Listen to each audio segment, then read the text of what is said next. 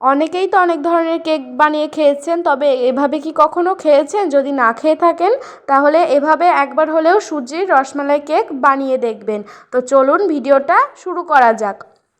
প্রথমেই আমি মিক্সি ব্লেন্ডারে দিয়ে দেবো 1 কাপ সুজি আর 3টে এলাচ, আর দিয়ে দেবো 2 চামচ চিনি। চিনিটাকে দেওয়ার পরে এটাকে আমি মিক্সি ব্লেন্ডারে গুঁড়ো করে নেব। এই যে দেখুন, এটাকে আমি গুঁড়ো করে নিয়েছি। এটা কিন্তু একবারে গুঁড়ো হয়ে যায়নি, একটু খসখসে টাইপেরই রয়েছে। এবার আমি এটাকে একটা বাটিতে ঢেলে নেব।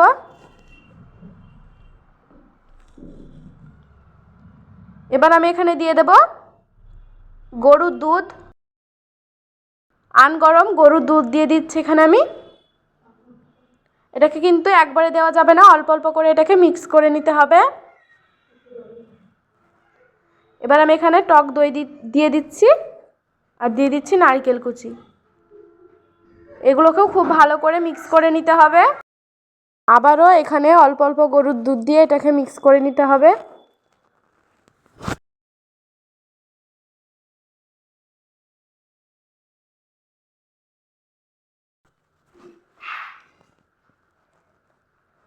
এইভাবে কিন্তু এটাকে মিশিয়ে নিতে হবে।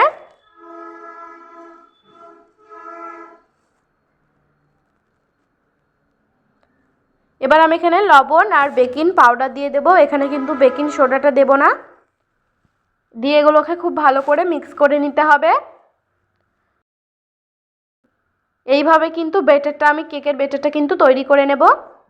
এইদিকে দেখুন, আমি একটা থালা নিয়েছি, থালাতে কিন্তু আমি তেল ব্রাশ করে নেব। তেল ব্রাশ করে নেওয়ার পরে যে কেকের ব্যাটারটা আমি তৈরি করে রেখেছিলাম সেই ব্যাটারটাকে দিয়ে দেব। একটু ঝাঁকিয়ে নেব। এই যে দেখুন, এটাকে আমি কড়াইতে বসিয়ে দেবো। আগে থেকে কড়াইটাকে গরম করতে রেখে দিয়েছিলাম। এবার এটাকে ঢাকা দিয়ে রেখে দেব 20 মিনিটের জন্য।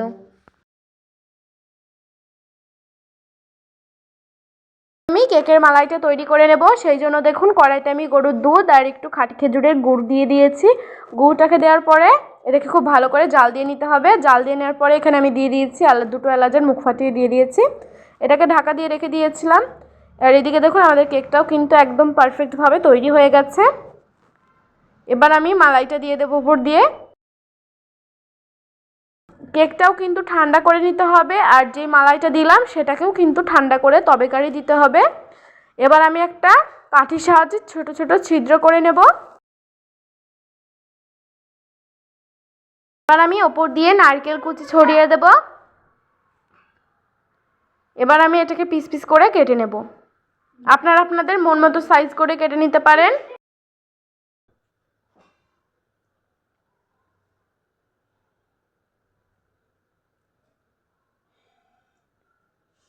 এই যে দেখুন, এগুলো কিন্তু আমি কেটে নিয়েছি।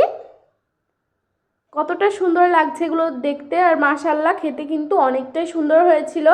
আপনারা এভাবে যদি কেক বাড়িতে বানিয়ে না দেখেন তাহলে অবশ্যই এভাবে কেকটা বাড়িতে বানিয়ে দেখবেন।